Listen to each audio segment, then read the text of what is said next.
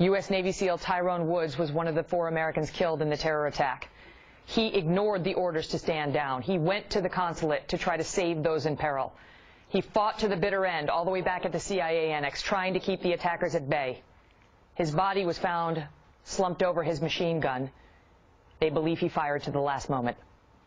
His father, Charlie, is not interested in political arguments, but he does want to know who in the administration made the call not to dispatch military assets that might have saved his son's life, instead leaving Tyrone Woods and the other Americans to fend for themselves.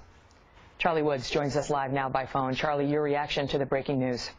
Well, thank you. I appreciate your introduction, and I do want to reiterate this and really emphasize again, this is not about politics. This is about, if it were about politics, it would dishonor my son's death. This has to do with honor, integrity, and justice. As you learn more about his final moments, how he requested backup twice, three times, and was denied 3 times, and how he ignored the orders to stand down, how he rushed to the scene to try to save the ambassador, and ultimately paid with his own life for his heroism. Right. Your thoughts on that? This news that he disobeyed his orders does not surprise me. My son was an American hero, and he had the moral strength to do what was right, even if that would professionally cost him his job, even if it would potentially cost him his life. He was a hero who was willing to do whatever was necessary to respond to their cries for help.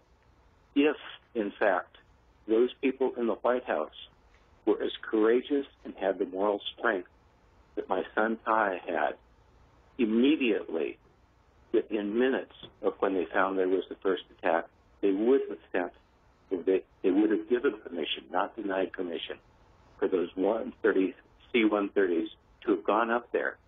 And this is I don't know much about weapons, but it's coming out right now that they actually had laser targets focused on the mortars that were being sent to kill my son, and they refused to pull the trigger.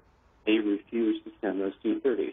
To me, I'm an attorney. This may not meet the legal test of murder, but to me, that is not only cowardice, but those people who made the decision and who knew about the decision and lied about it are murderers of my son. That's a very strong statement for me to make, but for their benefit, they need to clear their conscience, they need to stand up, and they need to change the direction of their lives.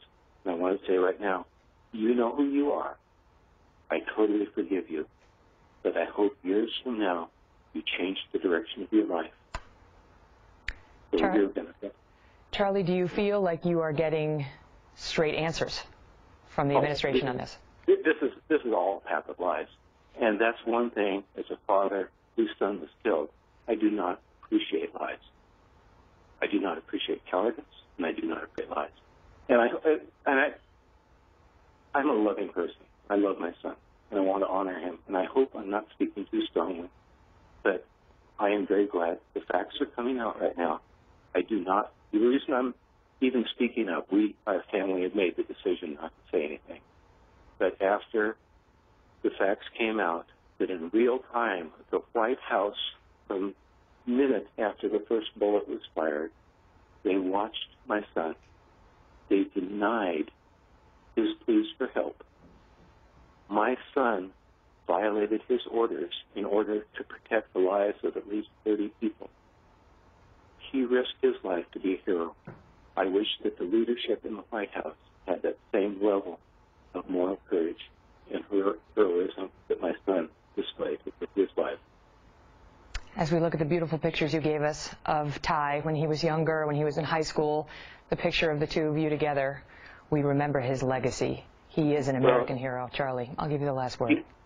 Well, I appreciate that, and I sent you those pictures of Ty in high school, and I wanted you to show those to the people out there for one reason, and that is so that people could be inspired and to know that Ty was just a normal kid. Okay, we were an imperfect family, but we were a normal family.